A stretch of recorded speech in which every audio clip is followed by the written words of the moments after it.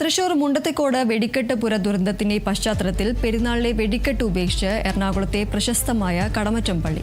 വെടിക്കെട്ട് ഉപേക്ഷിക്കാനുള്ള മലങ്കര സഭാധ്യക്ഷന്റെ ആഹ്വാനം ഏറ്റെടുത്തുകൊണ്ടാണ് കടമറ്റം പള്ളിയിലെ പെരുന്നാൾ ആഘോഷത്തിന്റെ ഭാഗമായുള്ള വെടിക്കെട്ട് ഉപേക്ഷിച്ചത്.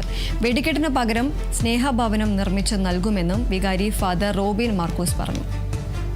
ദേവാലയത്തിന്റെ ആഘോഷങ്ങൾ ലളിതമാക്കി പരിശുദ്ധ ബാവാ തിരുമേനി ആഹ്വാനം ചെയ്ത പ്രകാരം സ്നേഹ ചലഞ്ചിലൂടെ ഒരു ഭവനം നിർമ്മിച്ചു കൊടുക്കുവാനും ഇടവക തീരുമാനിച്ചിട്ടുണ്ട്.